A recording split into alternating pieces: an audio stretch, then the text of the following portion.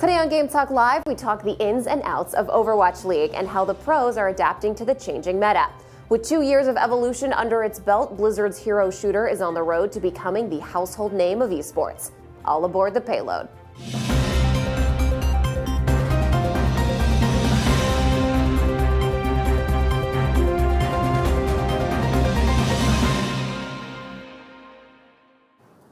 I'm Andy Roman, and welcome to Game Talk Live, where we discuss the biggest video game news of the day, live with help from our chat audience. Joining me now are 3 expert guests to discuss these gaming topics and more.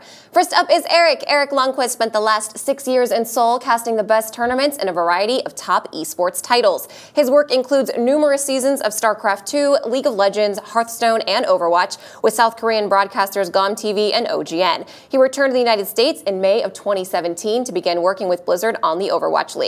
Catch him on Twitter at DoA. Hi, DoA. Hi, how's it going? Good, thanks for being here. Also joining us is Mitch Leslie. He's been calling Overwatch games since early in the closed beta. Known for his high-octane commentary and wordplay, Mitch is all about passion when it comes to casting. You'll hear him in the thick of the action in the Overwatch League alongside his partner Matthew Mr. X Morello. You can follow him on Twitter at UberShouts. Hi, Uber. Hi, Mandy. Great to be here. Great. And also joining us today is Kyle Souter, a former professional player of Cloud9. He is currently coaching the Houston Outlaws in the Overwatch League. Hi, KyKy. Hey, thanks for having me. All right, guys, let's hop to it. Happy birthday to Overwatch, which celebrated its 2-year anniversary yesterday. Overwatch still feels very young and yet seems to be setting new standards for esports and even the first-person shooter genre. All of you have been part of this league since the beginning, so I'd like to hear from everyone what initially attracted you to Overwatch and the league itself. Uber, why don't you start us off? Sure. I mean, as a game, especially something to broadcast, I worked on both sort of first-person shooter and MOBA titles in the past, and Overwatch kind of combined 2 of my favorite games to cast, I guess, in one with a bunch of added complexity. So it was a big challenge, one I was excited to, get to grips with and start casting the game. Absolutely. I mean, is it exciting to be part of a league from the very first day of something so new? I think absolutely. I think when you're part of something from the beginning, there's definitely a lot of weight of expectation on your shoulders. And I know when we set out on this endeavor, we knew that, first few years would be a lot of hard work, but so far so good. It's been a blast. Yeah. All right. What about you, DoA? What initially attracted you to Overwatch and the league? Well, I mean, I've been playing Blizzard games since like the mid-90s, so I've always been kind of a Blizzard fan, and I've always been a big FPS fan too. I played a lot of Quick 3 Arena way back when, Unreal Tournament, moved into Halo, all this kind of stuff. And so getting to both like play a first-person shooter and then also make that casted game that I work with Blizzard with, who I worked with, with StarCraft 2 and Hearthstone over the years, it's really kind of like a combination of things I've really enjoyed doing in the past. So it's been great, and thankfully Overwatch is a great game, so it's a lot of fun too. Yeah. All right, KyKy, you've got a little bit of a different perspective since you are a coach of a team. What initially attracted you to Overwatch itself and then to, have a career as a coach? Well, similar to what Mitch and Eric were talking about, the mix of genres is what attracted like me and my group of friends to start playing, and we just had faith in Blizzard to kind of take the game off the ground and like make it more serious and have more of a competitive drive that was like long lasting. So basically me and a group of friends started a team, and that whole team was called Google Me, and from there we kind of it just took off, I guess, and everything moved so fast, and now we're here. Yeah. Did you ever suspect when you were younger that you'd be a coach for an esports team? No, not really. Not really, yeah. Would you say you just kind of fell into it? I would say that like being a player was always like a dream of mine, and even though it only lasted like a year or a little bit over a year, I mean, it was fun while it lasted, but I'm already old, so I mean, being a coach. Oh, you're old. You're old, sure. yeah. Okay. Not really. I'm 28. I mean, that's old. Oh, 28, man. Oh no. Oh, that is pretty break old, out the walker for this guy. All right, so let's hop into the current iteration of the game here. Jeff Kaplan promised that hero number 27 would change the meta, and Brigitte delivered. So while the pros seem to be adjusting fairly well, I will tell you guys, in my SR, we are having a rough go countering this new comp with Brigitte. So why do you think this is? What is it about her specifically that people seem to be having such a problem with? KyKy, why don't you start us off? I don't really know about ranked that much. I focus more on the team side and like what's going on in actual matches. But I would say just like the fact that people have relied on Tracer for so long and now people are having to switch things might make it harder for people to adjust that don't take the game as seriously, and they might just feel like they're having to play a whole different set of heroes now.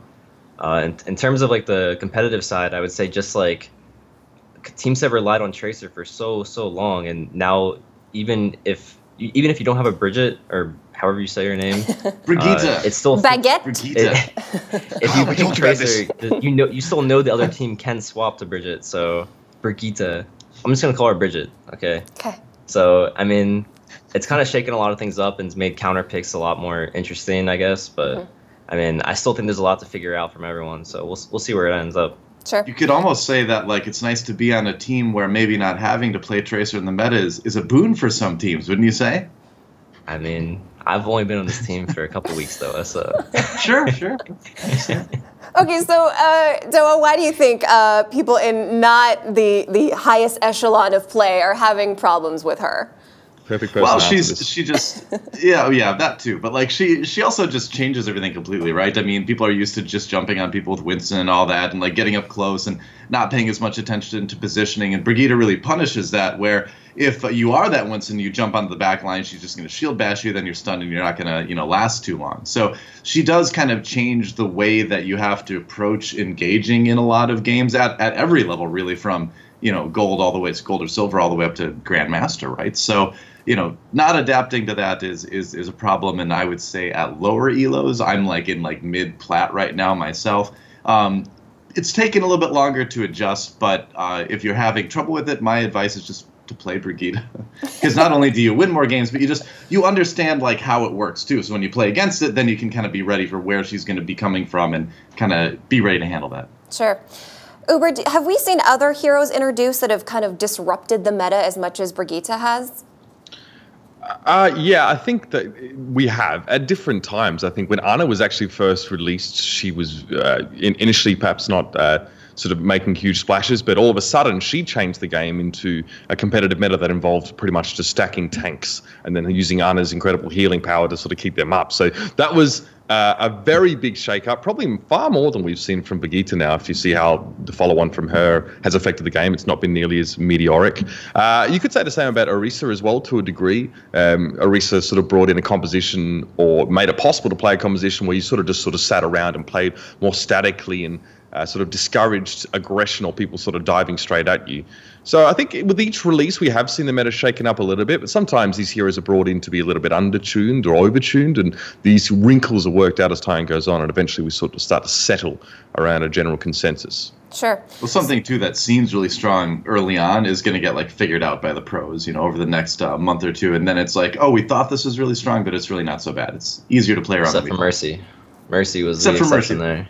It's a different case, meta. yeah. Poor Mercy. All right, so were we due for a mix-up of the dive comp? Does that make playing the game feel stale if everyone's just playing the same comp? I mean, KyKy, why don't you start us off? Yes. I mean, that's the short answer. I think that dive lasted way too long as like a staple to the game, and it was just way too overused, I would say. It's just too strong. There really wasn't anything that anyone could do about it, just because the mobility, the way all the heroes could interact with each other, it really just couldn't be beat no matter what. And in most situations, it was always the best.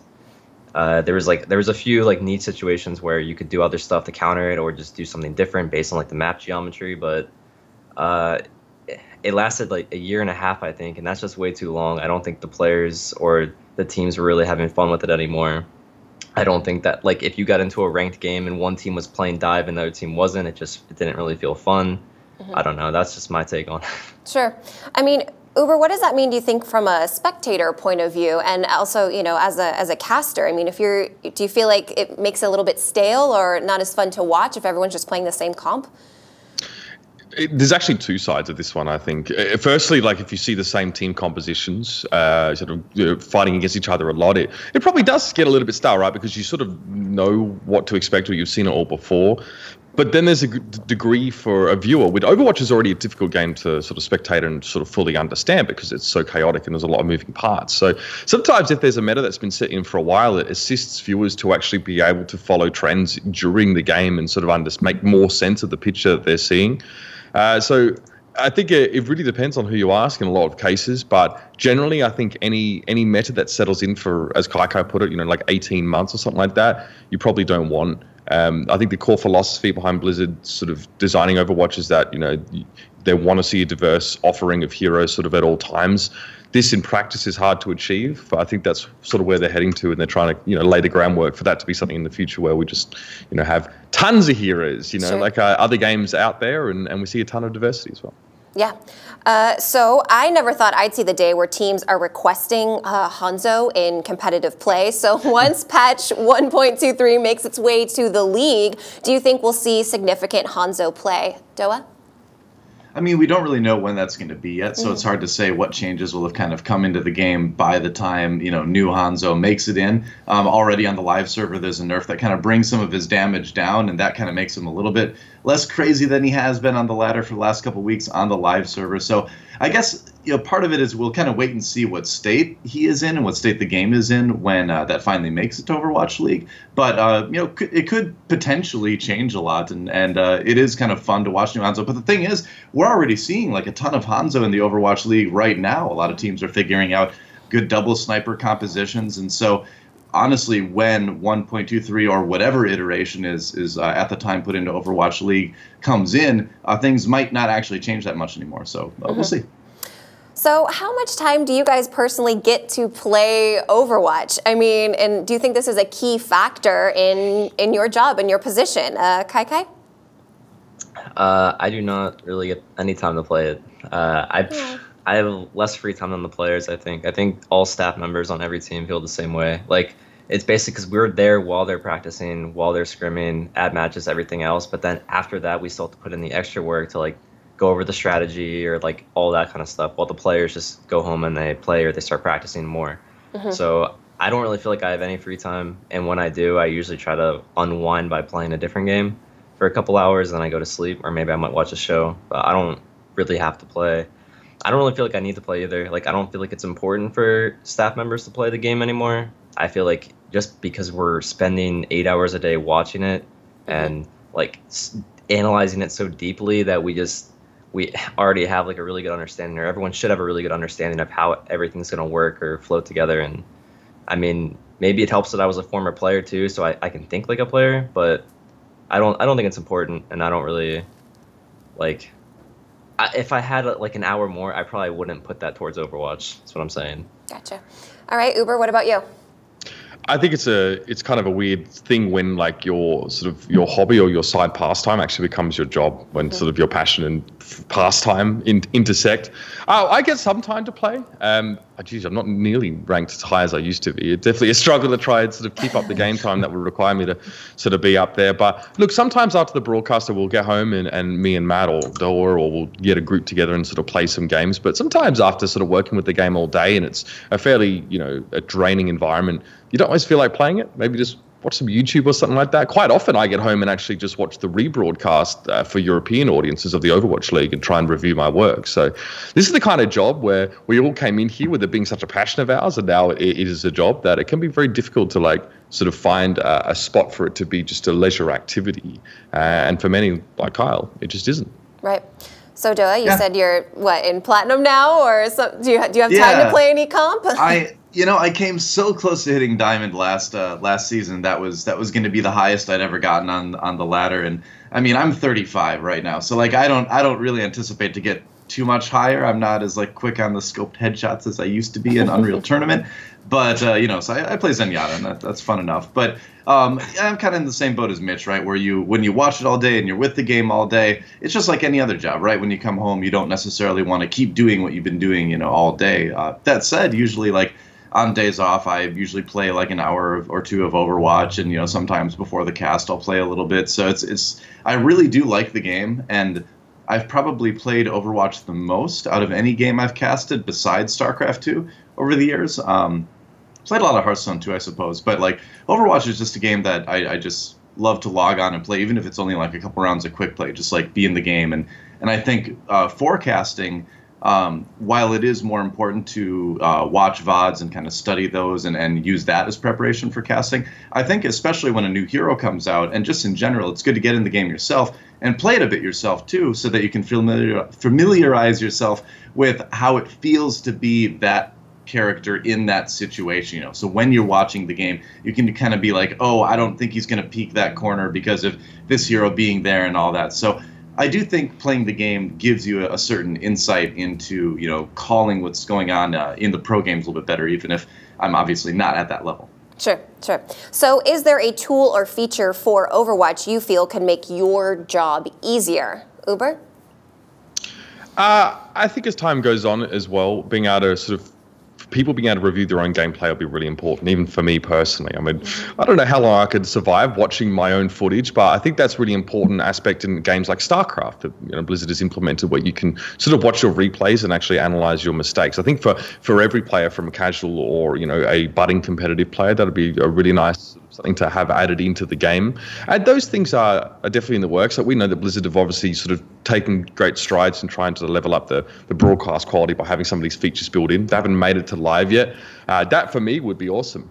Maybe even a bit more of a built-out sort of stats readout in game. So if you're really into looking at your play or someone else's, you could try and identify trends from the data that's there. That'd be great. Yep. What about you, DoA? Any tool that you think is maybe missing that you'd like to see? I think like Mitch said, replays would be great. I'm hoping we can get those in the game at some point. That'd be really useful. For me personally, when I did StarCraft 2 for a number of years, I probably played 35, 40 games a day. I tried to keep myself on the same schedule that the pros are on, and a lot of that day too is also watching your replays and seeing oh, I messed up the gas timing on this part of the build and all that kind of stuff. So being able to go back in Overwatch and look at my Zenyatta play and be like, oh, I was here on this push when I should have actually been over here and I wouldn't have died, and then that would have maybe let us push through and take that. I think replays are going to be hugely useful for everybody, from the pro players, pro teams trying to analyze their matches, down to just me trying to barely reach diamond someday, right? It'd be really handy to have that. So hopefully we'll get that eventually. Sure. KyKy, what about as a coach? Is there a specific tool you'd like to see added to the game to help you either coach better or help your team?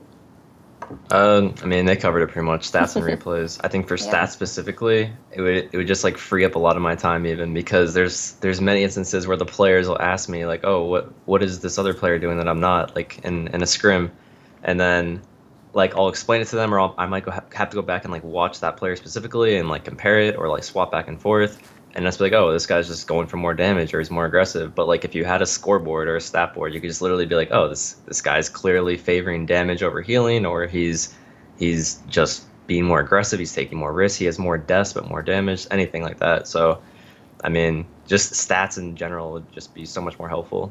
Right. All right, KyKy, so you recently joined the Houston Outlaws just, 2 weeks ago? Uber with the finger guns. Has it been an easy transition so far, considering you coached many of these players prior at last year's World Cup?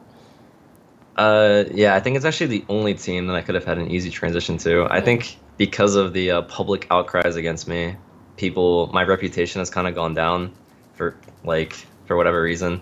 So, but these players have always had so much faith in me. Team USA definitely helped out with that. Mm-hmm. And being that I only have one stage left to basically perform before season 2, I think that going to this team and where I already have the established reputation, where I can actually work right away and not have to work on getting these players to like me or respect me, I think just this team was definitely the best fit, and it's been an easy transition so far. Great. So real quickly, touching upon the anniversary event for a moment, a new map, Petra, has been added for Deathmatch. Do you guys see a future where these arcade modes are incorporated into the Overwatch League? Why does or doesn't this work in your eyes? DoA? I would love to see some of this stuff, come into the league in some way, shape, or form. I've been a big advocate for 6v6 lockout elimination, which has been an arcade mode for a while. To be in competitive play, I think it's a great game mode. I think it is great for the fans because you need to play 18 different heroes to win a match of it. I think it could provide a lot of really interesting strategic stuff that teams are forced to sort of think outside the box when they're putting comps together and stuff like that for it. So I love that mode. I would love to see that enter competitive play at some point. But just in general, I mean, I think there's a lot of fun modes there that you could maybe work in there. Not in the league as a season-long thing, but maybe special events here and there. Sure. Uber, what about you? Yeah, absolutely. I think a lot of pro players would maybe balk initially at seeing sort of like a new game type thrown into the mix. And it was actually the same when control maps were first introduced into the game and everyone was still figuring out how they work. Like DoA said, I think the lockout elimination is really good. There are definitely some game modes that just wouldn't work in an esports capacity. I don't know if we need another deathmatch, game type at this level. There are sort of a lot of games that already do that. One thing I'd love to see integrated maybe more is just the idea of neutral objectives in some of these game modes, right? Something else for teams maybe to fight each other over instead of a payload. We see this in a lot of other games, and it does sort of, I guess, promote gameplay outside the sort of more linear approach that we might see on a payload map, for example, or something like that.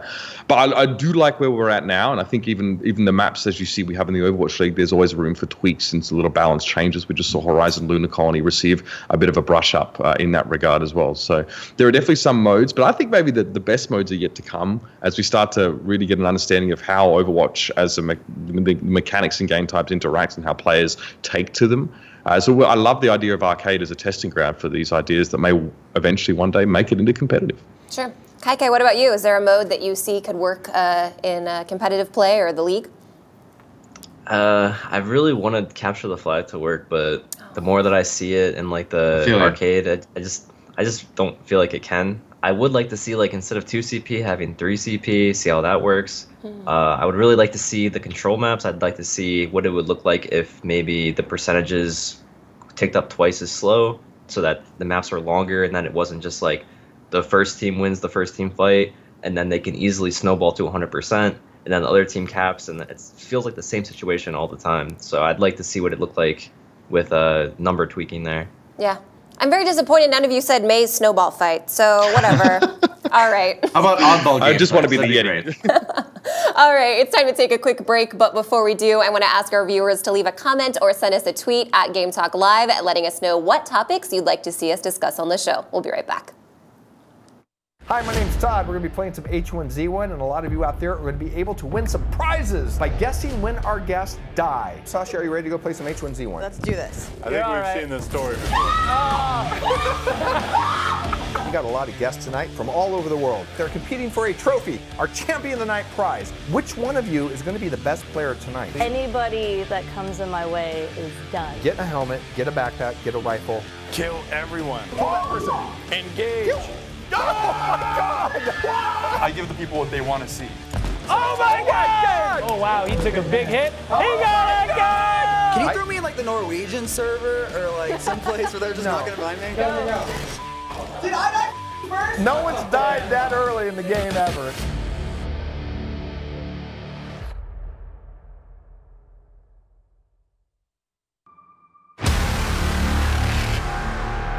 We have 75 players in each here. Let me hear you make some noise.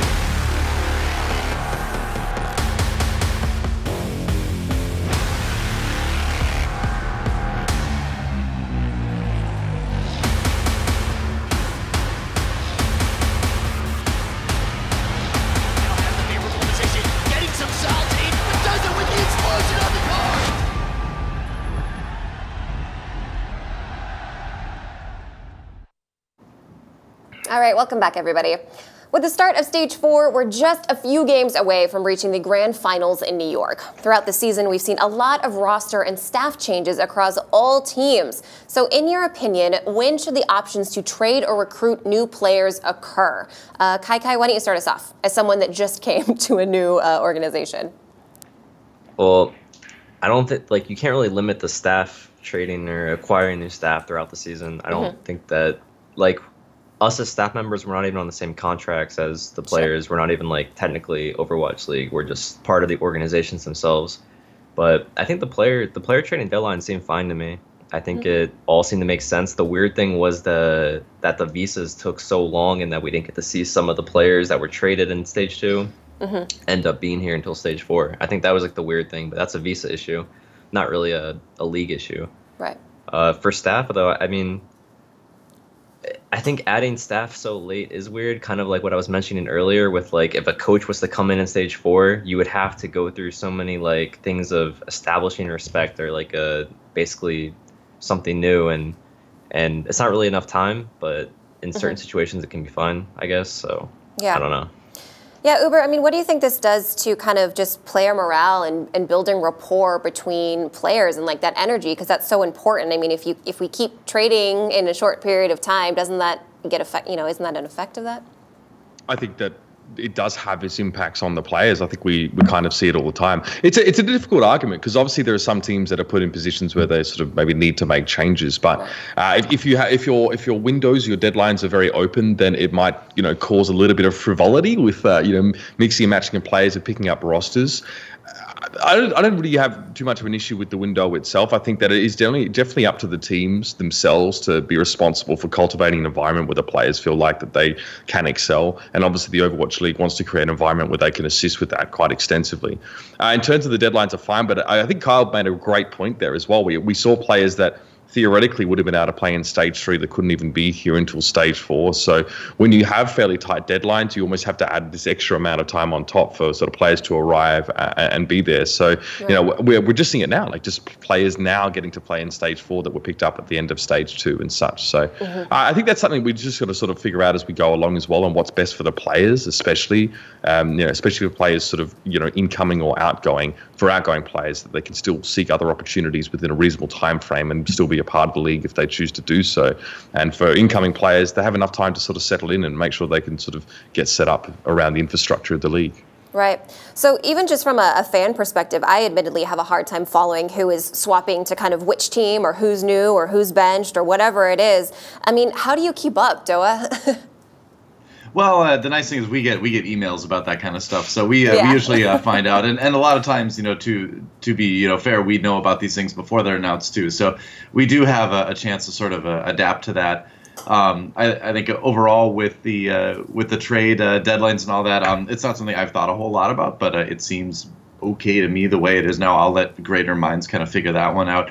As far as the visa thing goes, it's just not a good time it's just not a good time for American visas right now. Everything is taking longer. I know this. I'm trying to get my my wife's spousal visa is taking forever right now. It's just the way it is. So unfortunately, the league, I think, is kind of suffering a little bit from something that's kind of out of their control, and that American visas are just taking longer in general these days. So hopefully in future years that won't be as much of a problem, and we'll be able to kind of get people in the action soon after they're signed to a team. Right.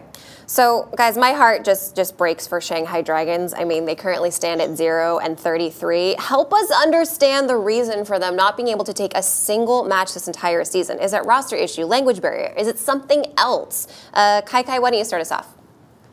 I'd say it's a lot of pressure and stage anxiety, it seems. I think in scrims, you could ask any team and they would say that they're performing way better than they are on stage. And so for me, it just boils down to the pressure and being on stage. I mean, like, they're so pressured to get their first win by I know the Chinese community definitely puts a lot of pressure on them.